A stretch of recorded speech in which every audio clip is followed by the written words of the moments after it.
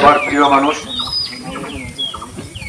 জনাব বাদল মাতব্বর সাহেবের নামাজে জানাজায় অংশগ্রহণের জন্য অনেক গুণী জ্ঞানী ব্যক্তি তার সম্পর্কে কথা বলেছেন। এমন কোনো দিক নাই, পয়েন্ট নাই যে সম্পর্কে আলোচনা হয় না।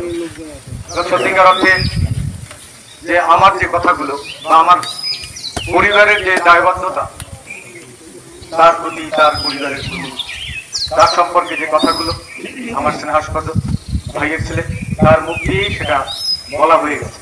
কাজে আমি তেমন আপনাদেরকে আর দাঁড়িয়ে রাখা আমি দুঃসাহস দেখাচ্ছি।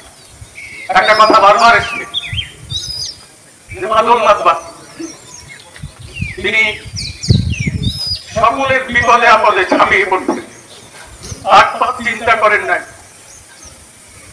এটা জবাব আছে। তিনি কোন পরিবারের সন্তান?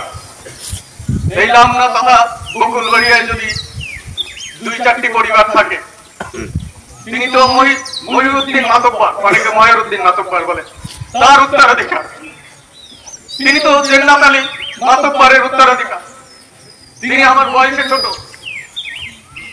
জনাব ইখলাসউদ্দিন মাতব্বর সাহেবের রক্ত তার শরীরে প্রবাহিত হয়েছিল। তিনি তো সেই ব্যক্তি। ফেসবুকে একটি কথা, অনেক ফেসবুক, অনেক বড় বড় মানুষও মৃত্যুবরণ করে, ইন্তেকাল করে।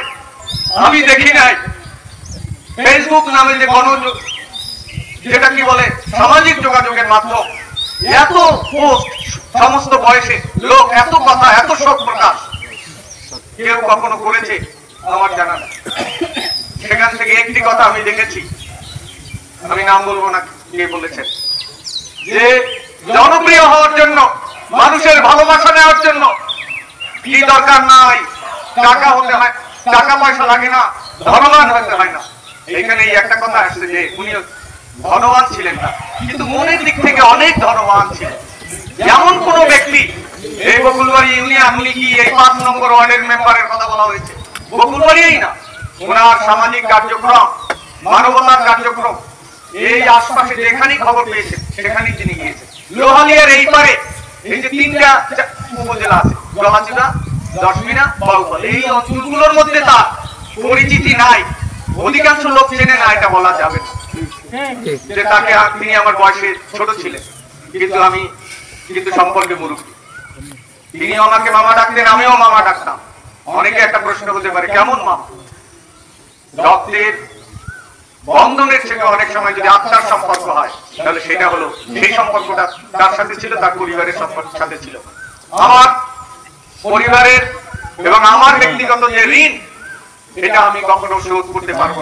তবে একটি সৌভাগ্য, আবার দুর্ভাগ্য, তিনি কালকে যখন একাই বরিশাল গিয়েছিলেন এবং সর্বশেষ তিনি কথা আমার সাথেই বলেছিলেন যে মামা এসেছি, কিন্তু আমার দুর্ভাগ্য আমি যেতে যেতে তিনি চলে গেছেন, কিন্তু শুধুমাত্র আমাকে চিনতে পেরেছিলেন।